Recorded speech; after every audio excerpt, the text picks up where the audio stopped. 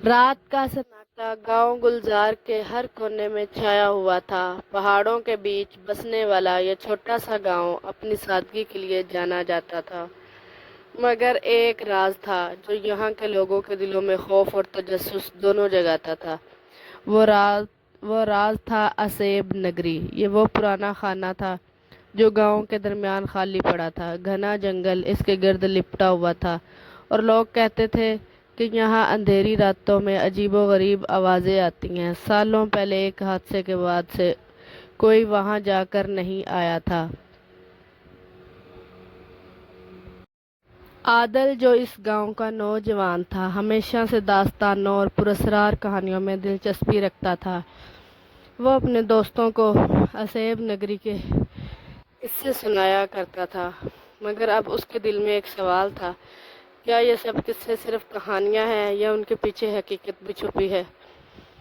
اس نے ایک رات، جب چاندنی مدھم تھی اور ہوا میں خنکی تھی، عادل نے فیصلہ کیا کہ وہ اسیب نگری کا راز خود جاننے کی کوشش کرے گا۔ وہ ٹارچ لے کر اپنی جیب میں ایک چھوٹا سا ہتھیار رکھ کر جنگل کی طرف روانہ ہوا۔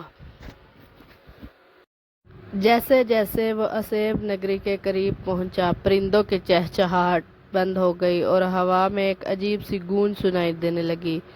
درختوں کی شاخیں سرسراہٹ کرتی تھیں، جیسے کوئی سرگوشی کر رہا ہو۔ عادل کا دل زور زور سے دھڑک رہا تھا، مگر اس نے پیچھے مڑ کر دیکھنا مناسب نہ سمجھا۔ اسیب نگری کا خانہ، جو سالوں سے خالی تھا، آج بھی اپنی کھڑکیاں بند کیے خاموش کھڑا تھا۔ دیواروں پر پتھروں کے نقوش اور پرانے رنگ دکھائی دے رہے تھے، جن میں سے کچھ گہری سیاہی کے داغ تھے۔ عادل نے دروازہ دھکیل کر اندر کی طرف قدم رکھا اور کمرے میں نمی اور گرد و غبار کی بو تھی۔ اس نے ٹارچ کی روشنی گھر کے ہر کونے میں پھینکی، جہاں برائے فرنیچر ٹوٹ پھوٹ کا شکار تھا۔ اسی دوران اس کی نظر ایک پرانی لکڑی کے صندوق پر پڑی، جس میں ایک جادوئی کتاب پڑی تھی۔ کتاب کے صفحات پیلے پڑ چکے تھے اور اس کے سرورق پر اسیب نگری کا راز لکھا تھا۔ عادل نے کتاب کھولی تو اچانک ایک جھٹکا سا محسوس ہوا۔ وہ کہانیوں میں سنائی جانے والی ان قوتوں کو محسوس کرنے لگا جو شاید ابھی زندہ۔ کتاب میں لکھی ہوئی کہانی پڑھتے ہوئے عادل کو معلوم ہوا کہ اسیب نگری میں کئی دہائیاں پہلے ایک ایسا واقعہ پیش آیا تھا جس نے اس جگہ کو بری قوتوں کا مرکز بنا دیا۔ کہانی میں بتایا گیا تھا کہ ایک چالاک جادوگر یہاں اپنی روح کو ایک گہرے راز میں بند کرنے آیا تھا۔ اس کے بعد سے یہاں کے لوگ غیر معمولی واقعات کا شکار ہو رہے تھے۔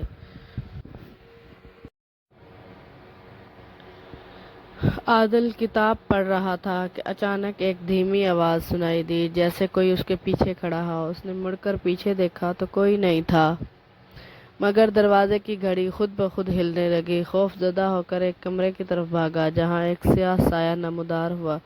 اس کی آنکھوں سے سرخ روشنی چمک رہی تھی۔ عادل نے ٹارچ اس پر ماری، مگر سایہ غائب ہو گیا۔ یوں عادل کی اسیب نگری کی پہلی رات شروع ہوئی، جہاں ہر قدم پر خوف تھا، ہر سائے میں خطرہ تھا، ہر گلی میں راز چھپا تھا۔ آگے کیا ہوگا؟ کیا عادل وہ راز جان پائے گا جو اسیب نگری کے اندھیرے میں موجود ہے؟ کیا وہ اس اندھیرے کو چیر کر روشنی میں لے آئے؟ اسیب نگری، یہ قسط نمبر 1 ہے۔